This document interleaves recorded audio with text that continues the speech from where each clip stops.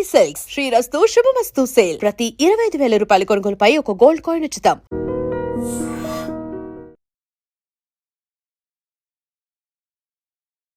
Welcome to I dream. నేను ఉదయశ్రీ. సమంత, రాజ్ నిడిమూరు ఇద్దరు ఒక్కటయ్యారు. Isha foundation లో వాళ్ళిద్దరు వివాహం చేసుకోవడం జరిగింది.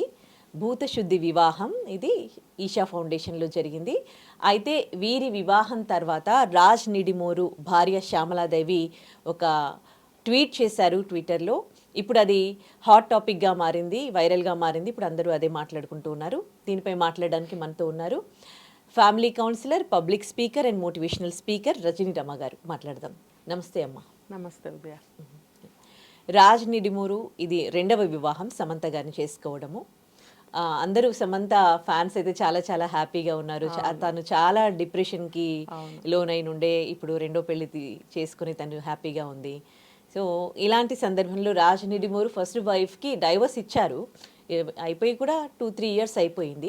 కానీ 22లో ఇచ్చారుగా. అయిపోయినాక ఇంకా డైవర్స్ అయిపోయింది అని అంటే ఇంకా వాళ్ళిద్దరికి ఒకరి లైఫ్తో ఇంకొకరికి సంబంధం లేదు.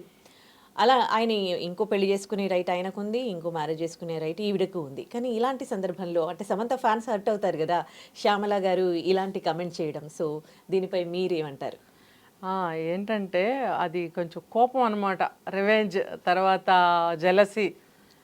నాతో సరిగ్గా ఉండలేని వాడు అక్కడికి వెళ్ళి ఉంటాడా, లేకపోతే ఇప్పుడు చిన్న వయసు ఆమె కావాల్సి వచ్చిందని ఒక సహజమైనటువంటి ఆడ మనస్తత్వంతో చేసిన కామెంట్స్ అవి అని నాకు అనిపిస్తుంది. అయితే ఇంత ఎడ్యుకేటెడ్స్ అయ్యుండి ఫిల్మ్ ఇండస్ట్రీలో మూవ్ అవుతూ వాళ్ళకి కూడా కొన్ని కల్చర్స్ అనేవి అలవాటు పడి ఉంటారు. ఏంటంటే దేన్నైనా టేక్ ఇట్ ఈజీగా, కానీ ఇప్పుడు ఆ ఇండస్ట్రీలో సర్వసాధారణంగా ఇలాంటివి జరుగుతూ ఉంటాయి కాబట్టి టేక్ ఇట్ ఈజీగానే తీసుకుంటారు, తీసుకోవాలి.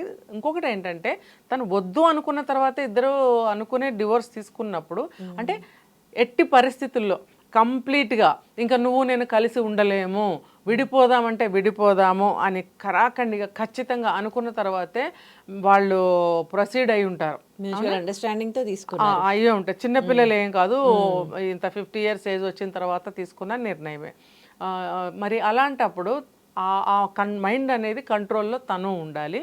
ఆ వదిలేసుకున్న వస్తువు మీద మళ్ళీ మనము ఎటువంటి మాట కానీ లుక్ కానీ వేయకూడదు. ఇప్పుడు at the same time Naga Chaitanya తర్వాత సమంత విడిపోయినప్పుడు వీళ్ళిద్దరు కూడా ఏం మాటలు అనుకోలేదు, అసలు అనుకోలేదు. ఏ రీజన్తో వాళ్ళు విడిపోయారో వాళ్ళ రీజన్స్ వాళ్ళకు ఉంటాయి. ఉన్నా కూడా వాళ్ళు ఒకరికొకరు ఏం మాటలు అనుకోలేదు. నాకు సమంత కంటే కూడా అప్పుడు కొంచెం నెగిటివ్గా వచ్చినాయి న్యూస్లు.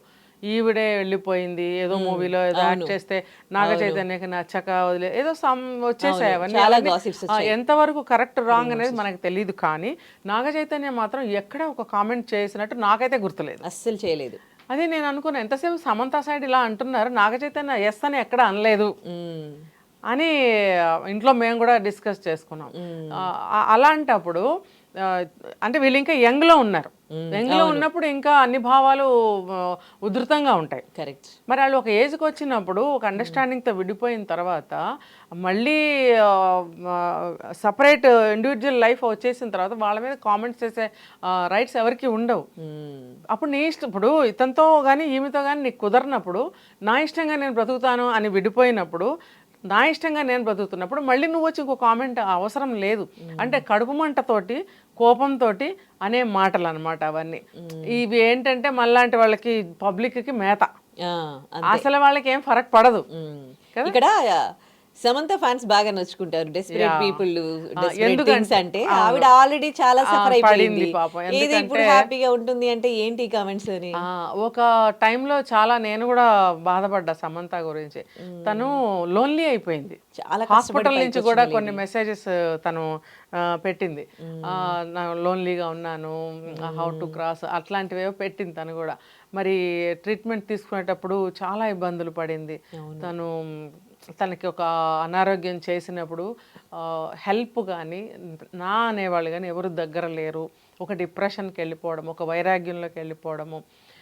కానీ తను మళ్ళీ రికవర్ అయ్యి బయటకు రావటం అనేది నాకైతే చాలా వండర్ అనిపించింది. అది చాలా కష్టతరమైనటువంటి డిసీజ్ ఏదో విన్నాను నేను. అవును. అయితే మరి కోలుకొని బయటకి రావటం అనేది గాడ్ గిఫ్ట్ అని చెప్పుకోవాలి. మళ్ళీ తను కోలుకొని మళ్ళీ మూవీస్లో యాక్ట్ చేయడము, మేబీ రాజ్ అనే అతను తీసినటువంటి ఒక దాంట్లో తను యాక్ట్ చేసింది. సో అట్లా వీళ్ళకి పరిచయం అయ్యింది అనుకుంటాను. ఏది ఏమైనా సరే తను ఒక సింగిల్గా ఫైట్ చేసి మళ్ళీ తన అనుకునే ఒక లైఫ్లోకి వచ్చి తన లైఫ్లో తను నడుస్తూ ఈ క్రమంలోనే ఈషా ఫౌండేషన్లో జాయిన్ అయినట్టు. అవును అవును. కానీ ఎంత బాధ అనిపిస్తుంది కదండి, సమంత గారిని అభిమానించి, అంటే ప్రపంచవ్యాప్తంగా ఆమెకు అభిమానులు ఉన్నారు. ఇంకా ఇండియాలో అయితే ఇంకా చెప్పొద్దు ఆమెను ఎంత అభిమానిస్తారు. ఆమెను అభిమానిస్తూ వేరే వాళ్ళ మీద నెగిటివ్ కూడా పెడుతూ ఉంటారు ఆ అభిమానంతో. సో అలాంటి ఆవిడ అంటే ఎంత కింది స్థాయి నుంచి కష్టపడి పైకి వచ్చి ఇవాళ హీరోయిన్ గా ప్రూవ్ చేసుకొని అంత హెల్త్ ఇష్యూ వచ్చినా కానీ మళ్ళీ దాన్ని ఓవర్కమ్ చేసి ఇప్పుడు ఒక హ్యాపీ లైఫ్ లోకి ఆమె లీడ్ చేస్తుంది. ఆమె ఇన్స్పిరేషనల్ పర్సన్ అందరికీ కూడా.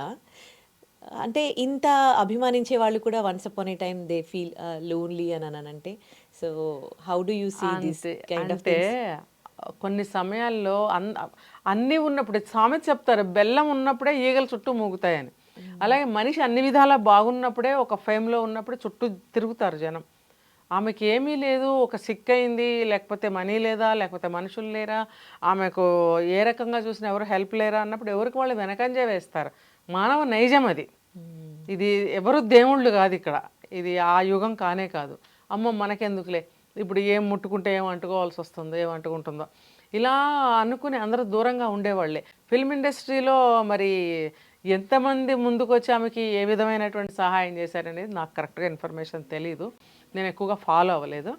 ఏమైనా సరే ఆమె ఒక డిప్రెషన్కి వెళ్ళినట్టు, ఒక లోన్లీనెస్ ఫీల్ అయినట్టు, హాస్పిటల్ బెడ్ మీద ఉన్నప్పుడు తను ఫీల్ అయిన ఫీలింగ్స్ అయితే నేను చూశాను. చాలా అంటే చాలా డల్ అయిపోయింది తను, చాలా బాధపడింది.